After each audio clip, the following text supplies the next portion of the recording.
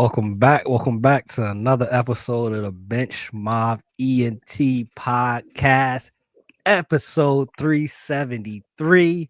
We got a lot on the docket for y'all tonight.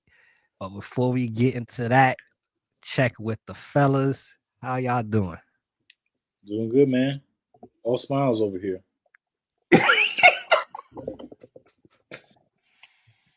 Yo. Oh my god.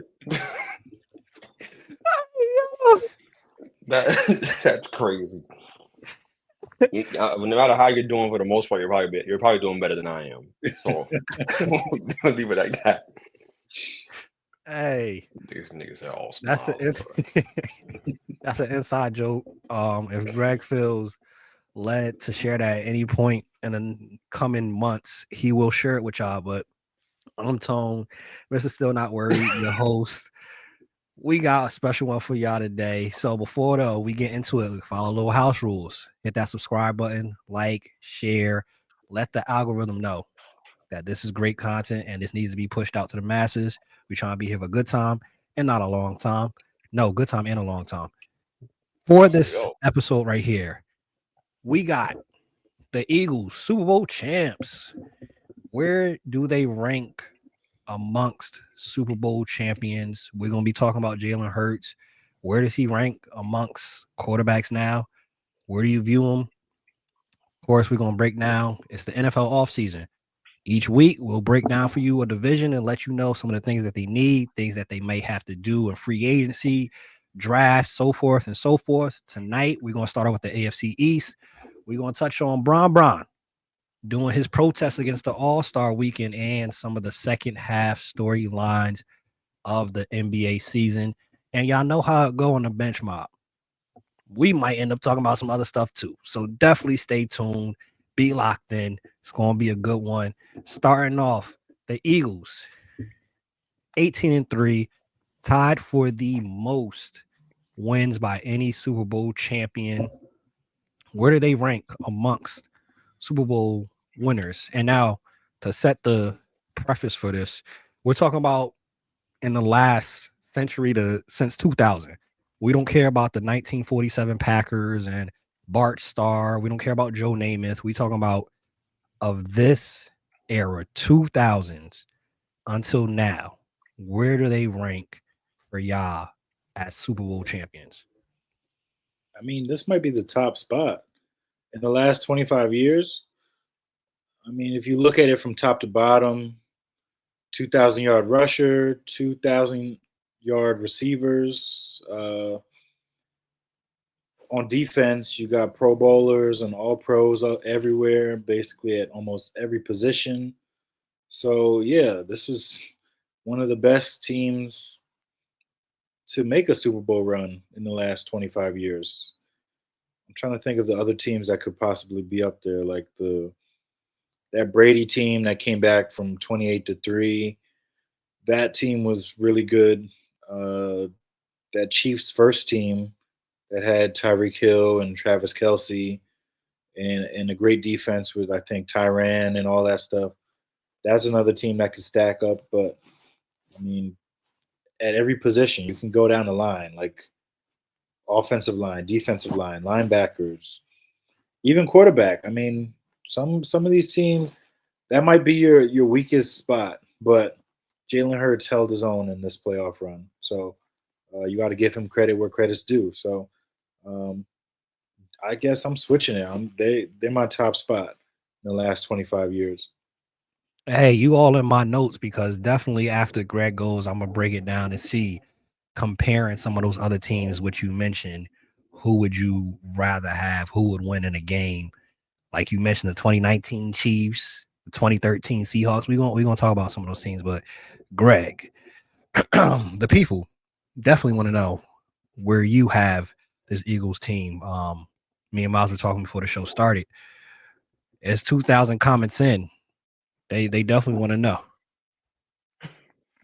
Yeah. Of course they do. I mean, I think, like I said, I haven't seen too many teams better in my life. than this Eagles team. I just haven't. I mean, from the offensive line to the defensive line, their domination on both fronts.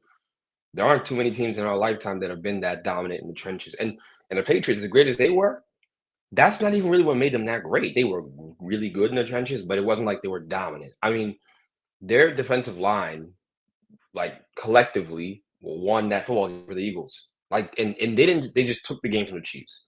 Like they threw the first punch defensively, and it kept on punching, and the Chiefs couldn't get up. They couldn't run their offense. They couldn't do anything. They look at the Giants' offensive line out there on Super Bowl Sunday. So you really have to marvel at that level of physicality they play with, man. Like that, I think they're the best team I've ever seen. Like I said, they have Pro Bowlers everywhere at every position. There's Pro Bowlers. Zach Bond, they pick him up with a scrap heap. He gets a pick. Was this a pick six? Or did he get he got a pick six? He got No, it was a an pick. interception. Cooper Cooper DeJean Jean got got the the. pick six. They find a white boy who plays corner, and he gets a pick six in the Super Bowl. Like everything Howie Roseman touches turns to gold. Everything. So you got to give them credit. They're a phenomenally run organization. They're a phenomenally run team. They're built incredibly. Like if you're talking about, like, I think the Eagles have changed the way teams are going to draft over the next few years. You're not going to draft from the outside in. You're not drafting like wide receivers and cornerbacks and safety. You're drafting like defensive linemen. You can never have too many. You're drafting offensive linemen. You can never have too many, right? Until you find the right guys. And the Eagles have just got a system down pat where they find the right guy every time, no matter what round it is.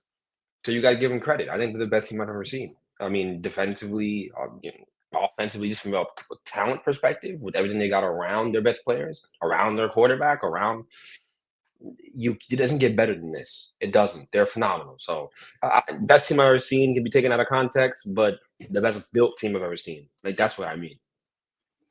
Looking at some of the other great teams that have actually won the Super Bowl, 2024 Eagles. Which one would you prefer? Which one you think would win? 2024 Eagles against the 2019 Chiefs 15-4 squad. That's where you had the peak Tyreek, peak Kelsey. That's the year that they actually beat the 49ers 31-20, and they became the first team to win 3 straight playoff games after trailing by double digits, 24-0 against the Texans that year. Which team you think will win? That team, that Chiefs team was explosive. I mean, Patrick Mahomes and Tyreek Hill, that was one of the greatest combos ever. I mean, that's what they're really hurting for is a playmaker like that. Once they lost that option on that team, they had to figure out different ways to beat you. Like even on that throw in the Super Bowl, that was what they were doing with Tyreek Hill way back when. But now they've become a dump and dink team. So, but I'd still take this Eagles team. Like defensively, I mean, even with those guys on that team, when they traded Tyreek Hill right after they lost to Tampa Bay, and then they won 2 in a row. And against Tampa Bay, they were getting after them. It was kind of similar in a way to this Super Bowl, where you're making Pat make plays on the run, try to be Superman, when like it could be way easier. So, like this Eagles defense, too good. Uh, it's tough to say. I mean, I'm trying to think back about up to their offensive line and how good it was, and I think the offensive line back then was better than this offensive line is for this Chiefs team. So it would have been a much closer matchup, and obviously into having Tyreek and Patrick Mahomes was a cheat code. They would score in 2 plays. They literally did it in the AFC Championship. I think I don't know if it was that year, but might have been. So it's tough. As great as I think the Eagles still have the edge, they're a better complete team, but it would be a neck and neck football game, and I may side with the better quarterback in that situation, which is Pat Mahomes. 2024 Eagles against the 2016 Patriots 17-2. That's the 28-3 comeback team. Oh, this Eagles team. Yeah, the Eagles team. Yeah, even though Yeah. it's tough. I mean, the only quarterback to really beat Tom is Eli. So he's not playing for the Eagles. So I don't know. I might have to. No, I'm kidding. The Eagles would definitely beat them for sure. I think Speaking so. of Eagle squads, 2024 Eagles against that 2017 Eagle squad, 16-3. They beat the Patriots, put up 41 points. Nick Foles had 373 and 3 touchdowns. I still think this team would get them. Um, that was the issue Yeah. in the Super Bowl was the Patriots defense was just terrible at that point. So there was no pressure being put on Nick Foles. He was able to just pick them apart the whole game. And against this team, this Eagles team, they were miles ahead of a lot of defenses that we've seen over the years. This is neck and neck with that Legion of Boom team that beat the Broncos 11, 12 years ago. So Oh, that's such a beautiful transition. Because the last team I want to talk about is one of the best defenses in the last 25 years is that Legion of Boom team. 2013 Seahawks. They went 16-3. They beat that Broncos squad. Very similar to what we saw happen in the Super Bowl this year. They beat them 43-8. That Legion of Boom 2013 Seahawks against the 2024 Eagles. Who wins in that game? No, I'm gonna go with the Eagles. Because again, I just think their trench play is more dominant. I know from what I remember that Seahawks team, it was the defensive secondary that was really incredible because they had the guy who went crazy playing safety, Earl Thomas. Earl Thomas. Yeah, he was playing safety, or he was a very good, great player. Cam Chancellor, they and then Richard Sherman and all these guys. So yeah, I'll probably still lean the Eagles because of the where they're going to hurt you. They can run the football. They're going to gas you up with their run game, and it doesn't matter who run the football. And they just so happen to have a great running back there now. But I'm picking up 5 yards to carry behind that offensive line. That's how great they are. That's how great they are. So you know, no, I don't know. I'm going with the Eagles. Hey, so we've been talking about Jalen Hurts a lot this season, probably the last 2 seasons. Jalen Hurts and Daniel Jones, along with Kirk Cousins, were the top 3 quarterbacks that came up in discussion on our podcast for a myriad of reasons. But Jalen Hurts now is a Super Bowl champion. You have to add that to this man's name. Jordan commercial, love Hurts. Looking at it now that we have a Super Bowl added to his resume, Jalen Hurts. Is Jalen Hurts a top 5 quarterback?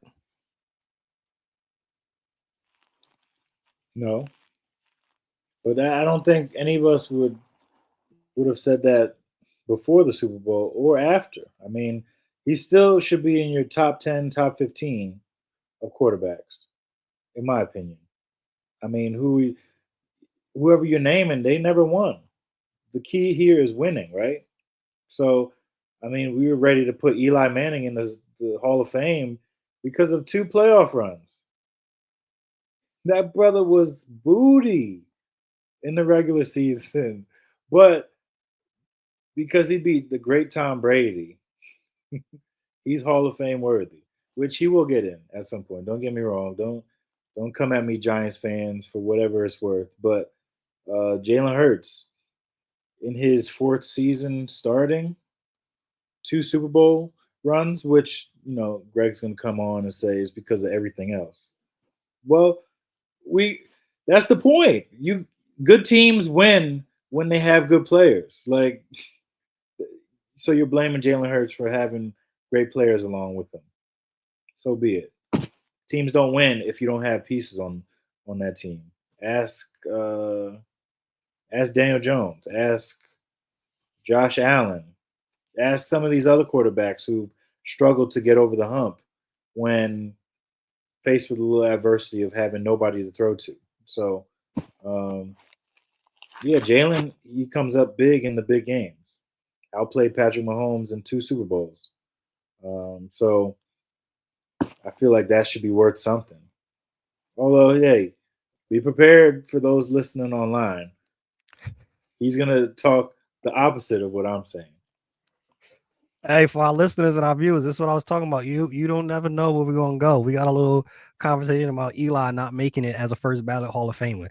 This is why you tune in. Greatest sports podcast in New Jersey.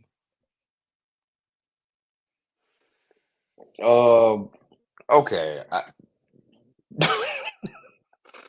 No, I think Miles is actually on point here with this point until he brought up uh Hurts as a top 10 quarterback. I don't see it that way. No way. That's not where I'm at. I think Matthew Stafford is better. I think Dak Prescott's a better quarterback than he is. So and those guys are at the bottom half of my top 10, right? Justin Herbert's a better quarterback than he is. CJ Stroud is a better quarterback than he is. And I think Jaden Daniels is already a better quarterback than Jalen Hurts. I just named five guys. And I didn't name the best five quarterbacks in the league yet. Like, right? Like I didn't even name the other guys like the Josh Allen, Lamar, all them Patrick Mahomes. I didn't even name those other guys. So if he's on the top 10, he's on the outskirts, right? That's the way I look at it. But um, look, he deserves credit. He played a good game. I will give him that. He does a great job managing that football team and managing the talent on that roster. That's what he does well. But if we're talking about overall talent and spinning that football and our best quarterbacks in the game, winning a Super Bowl doesn't elevate you over somebody else unless you're the root cause of it. He is not the root cause of why the Eagles won that game. It was the defense. It was a defensive line. It was a defense that won that football game. All right, and he helped. He pitched in. He was icing. He was icing. Okay, that's what he was. He's a condiment. He's a condiment. Oh my god, yo, it's so crazy how like over the years the game manager thing has been used as like an insult. When sure, Russell Wilson's a game manager, Drew Brees. There's been plenty of pretty good quarterbacks out there that have won, and there's a lot of Hall of Famers, a decent amount that were game managers. You're not, and like you said, he doesn't win the game alone. There's other factors, but I mean, it's a team sport. This is not ping pong. In every team sport, you're gonna need other factors to help you win the game, right? Okay, let's do this. Let's do this. Since you want to be a diplomat, yo, if we want to do a pie chart, how much of the pie chart goes to him for the credit in terms of credit for winning that football game? How much of the pie chart is Jalen Hurts getting? I know I can tell you, but I want to hear your thoughts. Because if it's 100% is a total. How much is the pie of that pie is he going to see? Like 30%, 35%. Okay, so 70% was defense. So how does No, how does this you this game spread has that out. You get a decent amount for the O line for blocking well. You give the defense a lot of the pie for doing what they did. okay? I'm glad you said this though. This is why I said that if Patrick Mahomes won that Super Bowl, it'd be far more impressive than if Jalen Hurts won a Super Bowl. Because that if the Chiefs had won, that pie chart thing we just did, a little exercise we just did, it would have been 95% because of Patrick Mahomes. It would have had to have been. He would have to put that team on his back for them to have won that football game. It was the only way. And that's a Right or team wrong? problem. That's a team construction problem. You're Because right. if you're putting it all on Patrick Mahomes to win the game, then the rest of your team is not helping. The defense, for as good as Spags is, that defense didn't stand a chance on Super Bowl Sunday. And who knows if they were able to get some stops here and there to slow them down and help Patrick catch up a little bit because he was playing catch up the whole game. Maybe the game's a little different, but because the defense was lagging behind, yeah, Patrick Mahomes had to do a lot more. That's what happens when you're playing from behind. You're But not gonna. You don't come back by relying on the defense. You come back from the quarterback doing what he has to do. It would have been the same. It would have been the same way in the last Super Bowl. Who was it? Patrick Mahomes got out into a lead in the second half. Jalen Hurts had to put the team on his back a little bit to try to come back and win that game. And if not for the refs, you might be 2-0 in Super Bowls. But The that's refs. nor there. Well, listen, I know you bleed green. I'm just telling you that the reality is that makes my point, right? Like you get more credit when you have to do more to get your team there. The same way LeBron James gets more credit for, in my opinion, 2018 than in a lot of the championship years he's had, because in 2018 solidified his greatness more than a lot of years did, because he had to carry that team that was clearly undermanned to the championship, and he did that. He did it with less. When you can do more with less, it speaks more to your greatness. That's the way it works. Being going along for the ride, right? Getting on and riding the stallion to the championship. Riding Stallion. So wait, so That don't. those early Spurs teams that were winning chips, where they had the team spread out from top to Mhm, bottom. You got David Robinson, you got Tim Duncan, you got Tony mhm, Parker, Manu. mhm. You can keep going with those teams. Sure, yeah. You- Go. You're not giving them credit because they had more pieces on the team to win. No, they get credit as a collective, but I don't go, oh, Tim Duncan's the greatest player ever because he has all those championships. Now, do I? Because he was a part of he was a key cog to a machine. He was in a machine, just like Jalen Hurts is a cog to a machine, a key one. He's a quarterback. He gets that, but he's a cog, right? Like, some guys are the machine. LeBron is the machine. Patrick Mahomes is the machine. Josh Allen is the machine. Lamar Jackson is the machine. Does that make sense? He ain't a machine. He's a cog. He's a little nail. He's Okay, a so how, nail. you named He one hold that. Super He hold it Bowl, yo, together. you named one Super Bowl champion out of those so-called machines. So I That's mean, we fine. can't rely on a machine to always win. The Patrick greatest players. Mahomes is the outlier. Lamar Jackson hasn't won anything. Josh The, Allen, Tom he's Brady was a machine. Oh, Tom Brady was the machine. okay. Yeah, he was. Thank you Aaron for naming Rodgers was the two machine. machines that have been pretty good in Super Bowls. Like, there's other guys out there that can win. Like Russell Wilson, not a machine, made a couple Super Bowls. Pretty good quarterback, pretty good career. Drew Brees, same thing. Not a machine, but he did what he did. I mean, what are we talking about? No, what we talking? The point I'm making is very, very astute and fair. You're trying to twist it because you want to give Jalen Hurts credit. Jalen Hurts deserves credit. I'm just telling you, he's not in that top tier of quarterbacks in this league today, because there are certain guys that you put them in certain situations. Like, yo, I can take anybody in the top 10 and they win the Super Bowl with that Eagles team. I can take Matt Stafford and put him on that team, they're gonna win the Super Bowl. I can take Jaden Daniels, who's better than him unequivocally. Jaden Daniels is a better quarterback unequivocally than Jalen Hurts is. I would dare someone to argue with me on that. I would dare you. And then if they say something in the comments, block them. Block them. I don't want you following the podcast. Block them. But like, there's guys like within Dak. I think Dak won a Super Bowl with this Eagles team. I do believe that. I firmly believe that he would. Yeah, Yeah, he's a I better thrower. don't. He's a better thrower of the football. There's only one thing Jalen Hurts does better as a quarterback than what's his name? Than Dak Prescott. What is it? Win? Run the ball and do the touch push. That's it. That's it. He don't throw the ball better than him to any part of the field. He don't throw the ball to any part of the field better than Dak Prescott. I'm telling you, this is not me ragging on him. I'm just being honest. He has reaped the benefits. And by the way, a black man getting to enjoy the system and reap benefits, that's great. Enjoy it. That's awesome, man. That's great. Like, the system don't work for us in real life. This is an amazing thing. So for him to reap the benefits of a system, it's Look, amazing, man. Like, yo, ride the stallion all the way to the top. Jalen, that's cool, man. Like, look, it's great.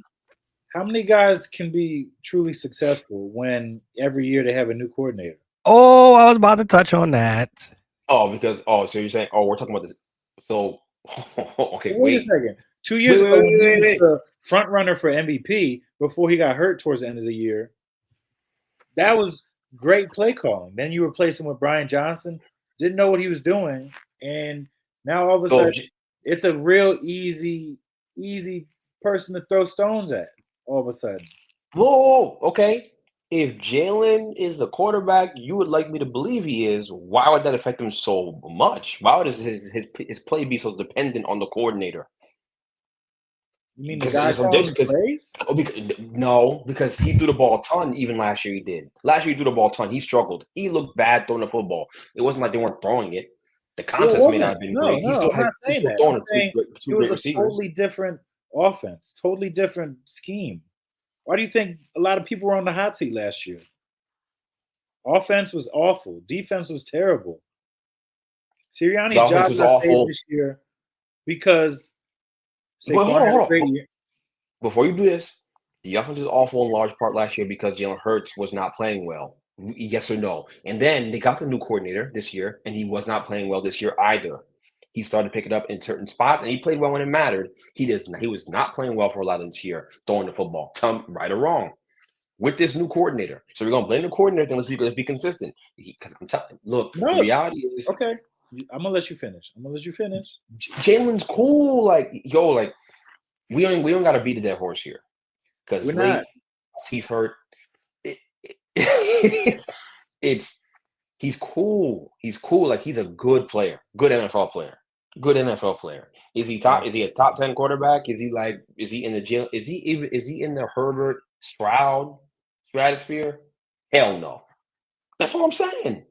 And I think if we can come to an agreement on that, if we can't, I don't know what we're watching here.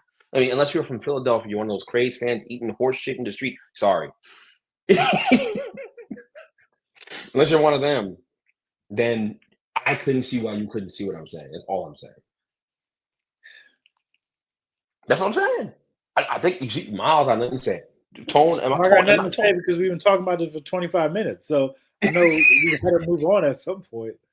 Well, I'd be curious to hear Tone stuff before you move on. I just want to hear what Tone thinks about this. On what part is Jalen top 10? Is Jalen a top 10 quarterback in your opinion? I said 10, 15. I know what you said. Now you see you trying to qualify it though. How does you like to do that? You like to move the goalpost. I see that. Because you heard the first number, and he was like, "Man, 15. He don't mean that." Well, 15. He's 15. No, he's probably a top 13, top 12 quarterback in the league. Top 12, maybe even That's pretty 11. good. That is pretty good. That's what I said. He's cool. He's good. And good, and he was good enough for that football team. I'm saying there's a lot of quarterbacks that are good enough for that football team to win a championship. Nick Foles did it with them. Just saying, they won with Nick Foles. Am I mistaken? I'm just saying. Hey, I think he's top 10 to 15 as well. It depends on what you want. You can look at, I think there's an argument to be had between him and the likes of like Dak and the likes of like Herbert in regards of, hey, he's winning. That's where he has the edge right now. They haven't sniffed a Super Bowl, so especially the Dak conversation. I know some Cowboys fans that would love to have Hurts over Dak, but that's a whole nother discussion. And to keep in mind with this, what Miles mentioned, I saw the stat today, which is kind of wild because Kellen Moore got a new head coaching job. This upcoming season will be his 10th offensive coordinator, and he's only been in the league for what? How many years, Miles? What, 5? 5, 6 years? 5, 6 years with 10 offensive coordinators is kind of wild. I just want to say this, and I'll leave everybody with this. This whole conversation, we can end it here. If Howie Roseman picked up the phone today and the GM from the Chargers called him to trade and said, "Yo, stop, Bro, come called him to trade on. and said, "Yo, These hypotheticals. You sound like do you want Justin Herbert right now?" I promise you. Right. What do you think Howie Roseman would do? He's gonna say, "Hell no." They just won a Super No, Bowl. he wouldn't. He would say, "Yo, Rip." He would go to his house himself and pack Jalen's stuff up for him and get him out. He would do it himself. I put on everything I love to word his bond. That's exactly what he's doing. I promise you that. Tone, you can get Justin Herbert right now. Hey, this the last thing on it because I'm glad y'all both in my notes tonight. Y'all on tip top performance, all-star performance. For the next 5 years, y'all want Jalen Hurts or Justin Herbert? Well, It's ridiculous. It's a ridiculous question. To Miles, go ahead. Try to tell me Jalen Hurts. Try. Jalen Hurts. You out of your goddamn mind. You out of your god. See, even Miles. No, real talk though. You hurt the credibility of the show when we do stuff like that, bro. You gotta stop. How? You're hurting the credibility of our show. You got to be honest with the people. Don't do that. You know damn well at the answer. Hurting the credibility. Jalen Nah, Hurts. Jalen Hurts or CJ Stroud for the next 5 years. Am I getting rookie year CJ or second year CJ? If you want to put Jalen Hurts on that Texan team this year and see what they did, you think it'd be better if they had Jalen Hurts this year? Do you think so? He wins wherever he goes. So he's only been one place. I think he's going back to college. He's talking about college. When he was running the football and not throwing it, and he got benched for Tua. What did he do at Oklahoma when he was throwing it more? He was a Heisman runner-up. That's what he did at Oklahoma. Let me tell you something. Being a top pick in the draft, or being one of the better quarterbacks in the draft, and not being a Heisman Award winner, being in the Heisman conversation, really, like, it's like a prerequisite. Like, it just comes with it. Like, if you're a good player at that level, you probably get some Heisman buzz. Now, I ain't that big. The answer to those questions: Justin Herbert and CJ Stroud running away, landslide. Next 5 years, and Howie Roseman would agree with me. By the way, he'd make that trade in a heartbeat. He would. Telling you right now. I'm telling you. So hold on. All those quarterbacks measured up with Eli Manning after he won those Super Bowls. What you doing? What you say? There are quarterbacks that are more talented than Eli Manning. Like Matt Stafford. I don't care if the Giants got Matt Stafford today. He could be the best pure talent at quarterback the Giants have ever had in franchise history. He's probably a better quarterback than Eli Manning. No, I don't know. So if I can admit that, why can't you say that about Jalen Hurts? You see what I'm saying? But I don't know if you heard what I was asking. I'm like, after those Super Bowl runs, are you still trading Eli Manning for those guys after you saw what he did? It's not the same conversation, though. Okay. It's not the same conversation, though. It's not the same because he said, okay. No, but it's not though, because Eli Manning was a great pure passer. Hurts isn't. He's okay. He's not like great. He's not like he's good enough. But if you can raise the level on that a bit higher and get a better player, Dallas traded Luka, and you don't think that Howie Roseman would pick up that phone and be like, "Yo, give me just Herbert right now instead of Jalen Hurts." Okay. We can say that after you've seen the CEO just said he didn't know that they was gonna get this much backlash. They didn't know what they were doing. Oh, so you think there'd be backlash from Philadelphia? That much backlash? Like you think Philly loved Jalen Hurts? What? You think Philly loved Jalen Hurts the way that Dallas loved Luka? Really? You think it's the same thing? Really? Yeah, he's up there with Rocky. Wait, they don't love you like I love you. Hey, we gonna continue on because we could talk this conversation all day. For those that might have went over your head, this is pretty much the breakdown on it. It's like, hey, Greg is saying if Jalen Hurts could pass as well, along coupled with the winning, all right, we talking about a different discussion. Miles is saying he's a winner. That's what matters. He's a winner because of where he is. With the winner. I'm gonna go with the winner. So y'all let us know in the comments, how do y'all view Jalen Hurts? Is he top 5? Is he top 10? Where do y'all have him? And would you trade him for any of these quarterbacks or any of the teams that we did not mention? But moving on, we talking about beloved players. LeBron James. Some love him, some hate him. I don't think we could say he's one of the most beloved players. He's one of the most iconic players, one of the most controversial players. And he did something again that was controversial and pissed off a lot of people. About 10 minutes before the game, he did not play. He did not go to any of the media day. He did not go to the practice. He did not go to any events. LeBron James did not show up until it was time to take the photo. And that was about it. Based off of this weekend, do y'all think LeBron James was protesting All-Star weekend? Yeah, right. You think so? Why else would he just sit out and just use the because he's playing tonight and he's doing his thing. So what's the difference between now, today, and a couple days ago that he a little extra days rest?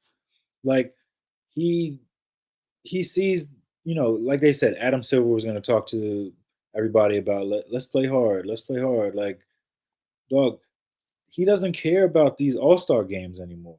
Like this is not something that's important to him, and that's a bigger issue. Is that this game is not important. This weekend is not important to these players anymore. Like it's cool, they appreciate it, getting picked as an all-star, but it's a day out of their schedule. Like they're focused on winning the Lombardi. Still thinking football, winning the trophy at the end of the year. Like they don't care about this game, and they keep trying all these different formats to get them more engaged. And now you bring in rising stars to play in the All-Star game too. Like I don't want to say it's a joke, but they said this is what it was, the second lowest viewed All-Star game I think of all time. That just shows that people don't really care about this event. And maybe it was a silent protest, maybe not so silent because it's LeBron James. So him sitting out speaks more volumes than you think. And I think he's sending a subliminal straight at Adam Silver to either fix this or you might see other guys start sitting out too. I can get that from this, but I also didn't pay close attention to be honest, because I was so disinterested. To your point with the All Star weekend and the way it was all set up and 4 teams I think I saw and you played a rising star. I thought it was all BS. I thought it was all BS. I think I saw that Jalen Hurts, Jalen Brunson only played like 8 minutes of real time on the court or something ridiculous. Like what? It's just a joke. It's just a joke. So look, it's possible. I'm not saying it's not possible. I'm not in LeBron's head, but I think it's disingenuous for people to sit here and act as if him saying at the very last moment that he couldn't play, that he couldn't play, uh, is like a stab in the back to fans, or oh well, we could have had Norman Powell in the game. Shut up! You weren't watching that thing if what's his name Michael Jordan was playing in that game. You weren't watching it. It was a terrible product. No one's playing hard. No one's competing. We had Kevin Hart on the microphone talking more than we actually had basketball happening. There was like a 30-minute break between the last game and the final the championship game of the evening. I think it was ridiculous. There were bad performances musically. I don't even know who they had. It was a joke. I think they had E40, who I can't stand, and some other artists. It was a joke. Sweetie. And Sweetie performed over there. Yeah. That changes nothing. She sucks. But you see what I'm saying? Like that's the problem. That's the problem. So They had Too Short perform too. get these Bay Area guys out of here. They Please. should have had Larry June perform. Yeah, and everyone would have got their pillows and went to bed. You see the problem? You see, you see the problem?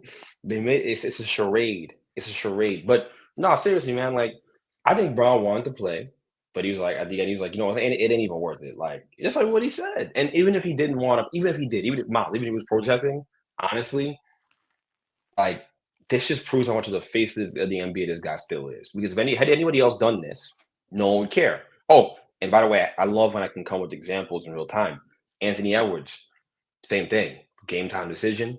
Oh, my groin hurts. I'm not playing. He's like 20. He's like 21 years old, whatever he is. He's not actually, but he's young. He's a kid. And he chose to sit out the game. No one talks about him sitting out the game. No one cares. No one cares. LeBron is still so clearly the face of the NBA. And it's a testament to his greatness, but it's also a bad thing for the league at the same time, right? Because he's on the way out and you have no clear replacement. Anyways, it's just my thoughts. Like I think it's disingenuous. You guys hate LeBron so much. You guys are making up some narrative that well, it took an opportunity from somebody else. I don't. Norman Powell. I, Norman Powell. Like you guys are going. Kendrick Perkins on TV and said Norman Powell. He used his name. Like, are you kidding me? Wow, wow, unbelievable. I Norman do Powell. think, especially Norman. being that he is calculated with all of his moves. Draymond getting up saying, oh, this is a joke. Rising stars shouldn't even have the opportunity to play on Sunday, let alone playing the OGs team. I think this was 100% Bron sending a message. Hey, he said it before it even happened. He said, "Nah, I don't like the format. Mhm. I am not a fan of the format." Think this was him on the way out, letting y'all know I still run this, and I think this is stupid, and I'm not going to waste my time on an opportunity, possibly getting injured. I'm not playing. It's not. It's not worth it. Respectfully, the Rising Stars. Y'all want me to play the Rising Stars on Sunday? Playing Dalton Connect in an All-Star game is crazy. I'm not gonna lie. Like what? Nah, I'm not doing this. It's too gimmicky at the end of the day. You might as well. It's happened. It's precedent where they haven't had All-Star weekend. They didn't have a dunk contest one year. Take a year off. Take a year I off. actually, I actually wasn't mad about the dunk contest. I think the Matt McClung is special. I just think it's everything else that isn't. You know what I mean? Yeah, I mean, in general though, like you Yeah, should right. take a weekend off and really actually sit down with the players and try to figure out what needs to be done. Maybe they need money. Even though that'll be the discussion, like why I need more money, but maybe John needs $1 million on the line for him to go do a dunk contest. Who knows? The skills contest, like the whole weekend needs to be revamped. So I Yep. think LeBron, being that he's calculated in all that he does, and the subliminal and the passive aggressiveness that we've seen throughout his career, definitely was letting Adam Silver know, yo, I told you I ain't like this. No, I'm not playing in it. And rumor is that Steph Curry liked the format and co-signed it. Let Steph play then. I'm not I'm not going to do it. So I think it was 100% that. I don't blame him, and that also lets you know where he is still and his importance to the league. And also, it kind of was a nice thing that he waited to the last second. Because if he said it 2 weeks ago, Mm-hmm. Mm-hmm. Just have if part he two. said it, if he said it a month ago, Huh. it might have been an emptier Um, arena. They might Yep. not even shown up. People still were showing up for the possibility. Because what we just saw of the Olympics, what Steph, Katie, Curry on the same team again, we get to see it. Mm-hmm. There was people still definitely having a desire to see Bron play that weekend. There were reporters, hundreds of reporters, ready to be by his locker to talk to him. Mm-hmm. It actually kind of was a blessing that he waited till the last second. Absolutely. It sucks for Norman Absolutely. Powell. Apologies to that, but Norman, Norman, no one wanted to see you play. We'll be okay. Life yeah, will go on, and we didn't get to see you. I don't Norman. think that would have changed the numbers or the Changed interest. it. It would have changed it. It would have changed it all right. It would have changed. All right, second half of the NBA. As we mentioned, the Lakers are playing right now against Charlotte. And for those that's watching, no, did not forget about the NFL offseason topics that we were going to touch on. But NBA is king right now, so we got time at the end of this. I'll touch on it before the end of the show. NBA second half storylines. I'm going to mention some storylines. Y'all let me know thoughts on the storylines that I bring up. The Cleveland Cavaliers currently are the first seed in the East. Will they hold on to the first place in the East? And does it even matter if they're first place? It matters at the first place, yes, because I think the home court advantage is going to be important for a team that isn't as talented as Boston if they roll on through. You know what I mean? Uh, will they hold on to it? I think so too. I think Boston's been in cruise control this year. They've got that championship kind of hangover that you can see clearly. When you watch them play. And I don't think they are treating this regular season with the level of importance that they have in the past. So they'll probably hang on. The only way they don't is by self implosion. But it is important they get the first seed because they are not the most talented team in the East, obviously, and not by a long shot. So they need every advantage they can get in a 7-game series, especially against Boston if they see them. Yeah, like Greg said, this is important for them to get the one seed. Um, like I said a couple weeks ago, Boston giving them an A for the first half. I don't know about all that. I'm sorry, Greg, but uh, Would you get the they're Knicks like, again? huh? Would you get the Knicks again? I gave them what a B or something like that. I don't know. You gave them like an A or something. I don't think I did all that, but I damn sure wasn't giving the Celtics an A for being on cruise control. So, but about the Cavs, right? It's about the Cavs. I think if they can keep home court, them against the Celtics should be interesting if it comes down to it in the conference finals. Because I think they should be able to get past whoever the Bucks or the Pacers first round, and then no, second round. My bad. Um, and then move on from there. They've played pretty well this year. They got out like gangbusters and kind of, I don't want to say plateaued, but they've come back down a little bit. Um, but they have added some pieces. DeAndre Hunter, that's a good piece to trade for off the bench. I know they just signed Javante. What's his name? Javante Williams or Javante Green. Green? I'm still thinking football. Um, so that they got wing depth, and that was a big thing with the Celtics. They're gonna have to match up with those wings in the playoffs. So um, I like Cleveland. I think they've got a pretty good roster so far, but still not too battle tested in the playoffs yet. And new coach, we'll see how he game plans in the playoffs. Looking on over to the West, Draymond Green said over the weekend, he said that he thought that Golden State were championship contenders. And within the same breath, he then said, matter of fact, I know we're going to win the championship this year.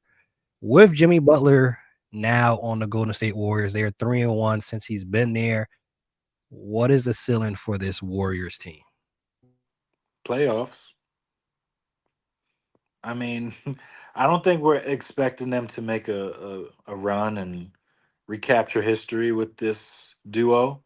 Yeah, Jimmy coming in does help them a little bit, but still not much after Steph and Jimmy. And I mean, you have Kaminga, but same thing. You're not relying on those young guys to take you over the hump. So um, they're good. I mean, they're not going to get walked over, but this is not the Golden State team that we've seen in the past. Like Jimmy, 36-year-old Jimmy, doesn't really push the envelope for me when it comes to the playoffs and who they're gonna have to face because they're gonna be on the road wherever they go. They're not gonna make this miraculous 17-game winning streak to get back in the talks for the 3 or 4 spot in the West. So whether they play OKC or Memphis, Denver, I don't think they could beat any of those teams in the first round. So first round exit, kind of what I see. Draymond's just talking for the sake of hearing himself talk. So that's an unserious thing to go out and say. I guess every player should feel like his team can win a championship if you're on a team that's somewhat good and has a great player on it. But the Warriors put a band-aid on this season. Just Jimmy Butler at this point in his career is a band-aid. So to sit here and act as if you're going to win a championship is disingenuous. To be nice, to put it nicely. So no chance, no chance in hell. They ain't winning no chance anywhere. No chance in heaven. No chance anywhere. All right, like they're not winning a championship. So give me a break. Draymond's so annoying. Hey, y'all saw what Oscar Robertson said. Yeah, like, bro, he Oscar ain't right. Damn. Yeah, he was not pulling any punches on that one. No, he was not. Hey, but that's the thing. What Oscar said, I think a lot of players, past and present, feel about Draymond. We know that he has a defensive impact, but outside of that, I think it's the way he carries himself. He carries himself as if he is bigger and has more impact than he actually does. And it's obvious he wants to have some of that credit and wants to be remembered, which is normal for any player. But when you come on different podcasts before he had his own podcast saying that I'm gonna go down in history as the best screen setter, stuff said like that is just it reeks of look at me. I want to be remembered too. I want to be important too. We still talk about Rodman, and Rodman ain't had to do that. Rodman's remembered for his role on those Bulls teams, those Pistons teams. You don't got to do that, but I'm not his therapist. That's something that he got to talk on the couch at the end of the season to try to figure out with him.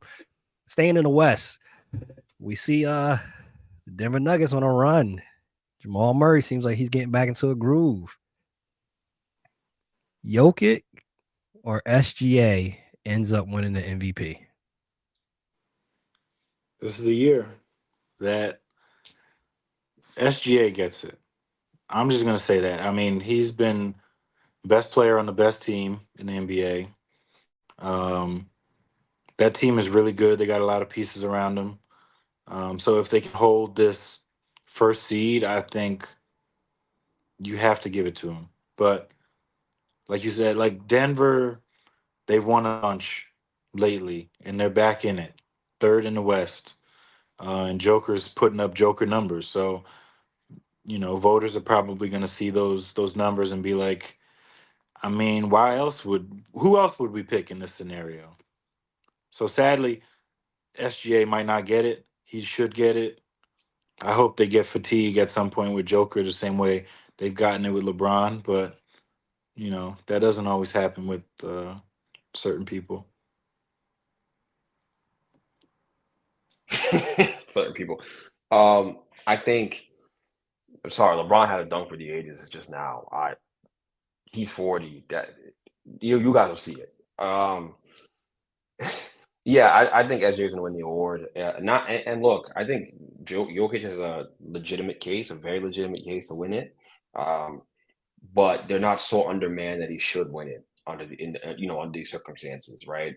Uh, so I'd still go with SGA. He's having an amazing season. He deserves it, and he's meeting the metric that everyone kind of puts out there, right? Oh, best player on the best team. That's the way it goes. Okay, well, they've been the best team, and he's their best player unequivocally. So you should go that way.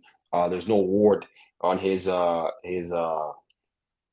candidacy for the award. None, like nothing I can think of. So I would go SGA here. But Jokic, he's having a year. But if teams have figured out, hey man, I'd rather have Jokic go for 50 points and have 11 assists and go for 14 rebounds or 20. Right? He hurts you more when he's passing than he does when he's scoring. That's just the reality of it. So yeah, I'll go SGA in this situation. But Jokic deserves a lot of respect for the season he's having for sure. Who wins the West? Who comes out of the West? We see OKC. They're still a young team. Memphis, another young team, not really battle tested. Denver's creeping up in there. Lakers got Luka. Who actually will come out of the West?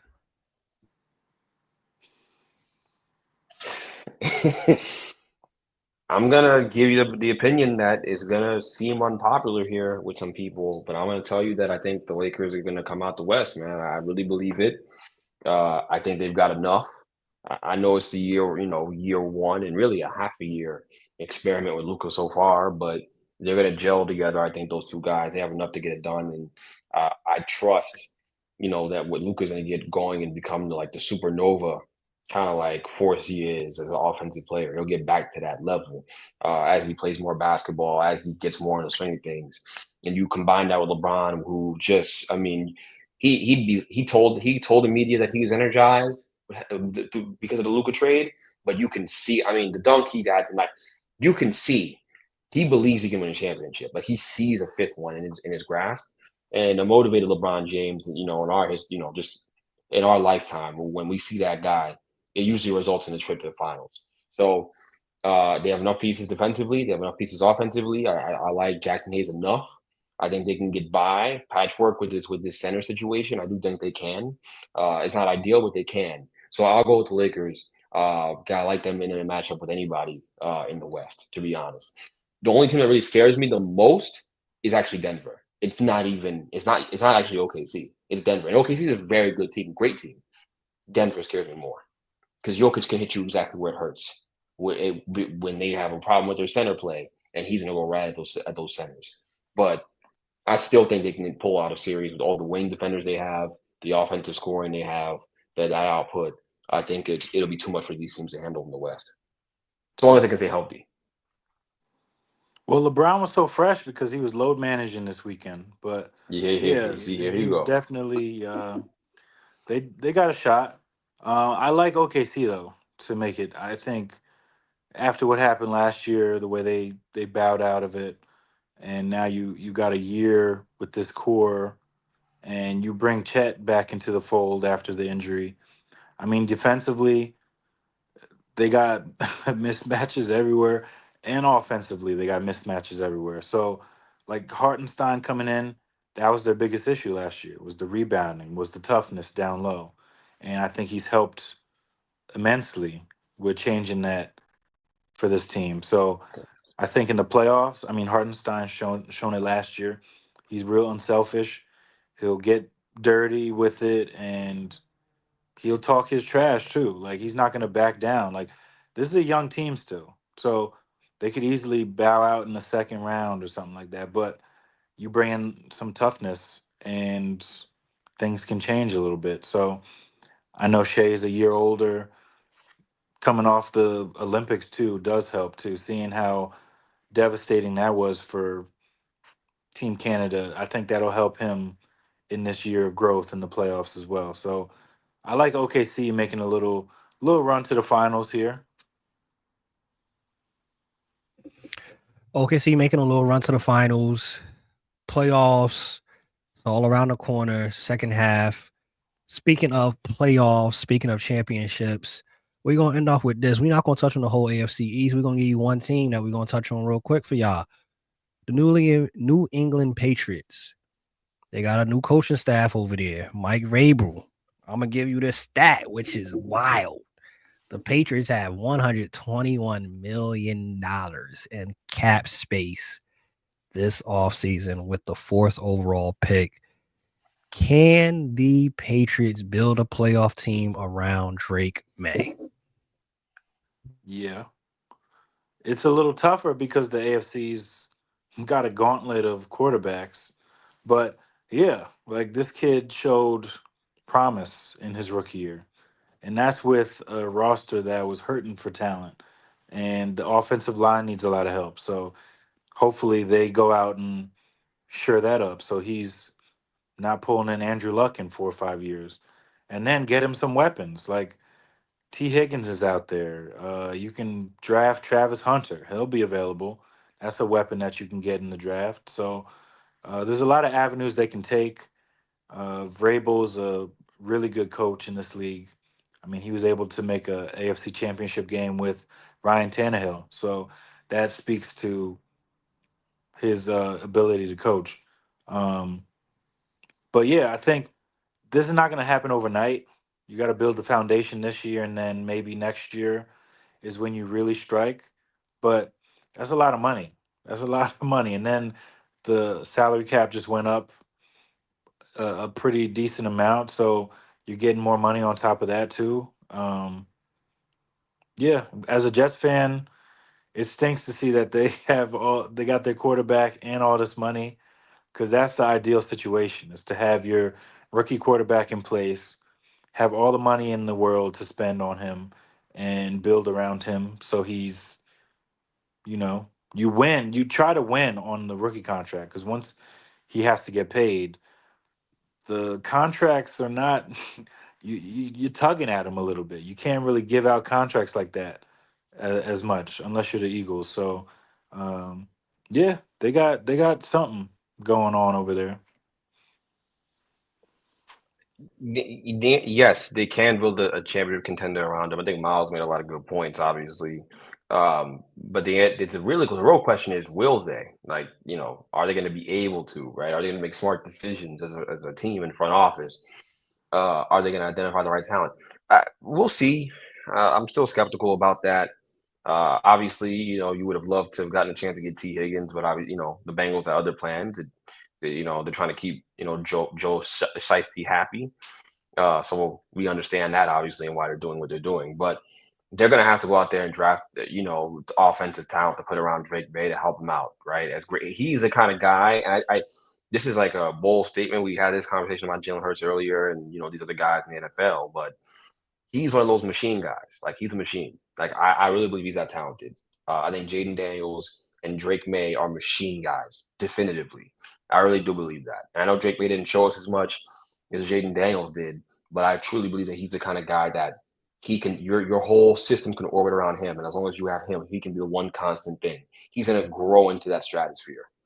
He showed that much promise his rookie year. I really do believe it, and I was a big fan of him coming into the draft and everything like that. I was hoping he'd be a giant. I was praying he'd be a giant, So didn't work out that way, but yeah, I think that's how talented he is. So he's gonna make their life easier, but they have to go out there and try to make his life easier as well. So it's a two-way street, and so I'm skeptical because of the history of the team, but obviously it's not Bill Belichick Bill Belichick making choices anymore, like picking Tyquan Thornton in the second round or whatever round he picked him in as that receiver that didn't pan out.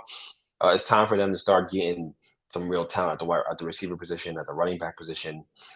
Giving themselves a chance to win games, and the opportunity is there. Like when you have your quarterback, things seem to fall into place. So let's see if they can do that. Hey, y'all know the vibes. If you stay ready, you don't gotta get ready. Bench Mob, we out. Peace. Peace.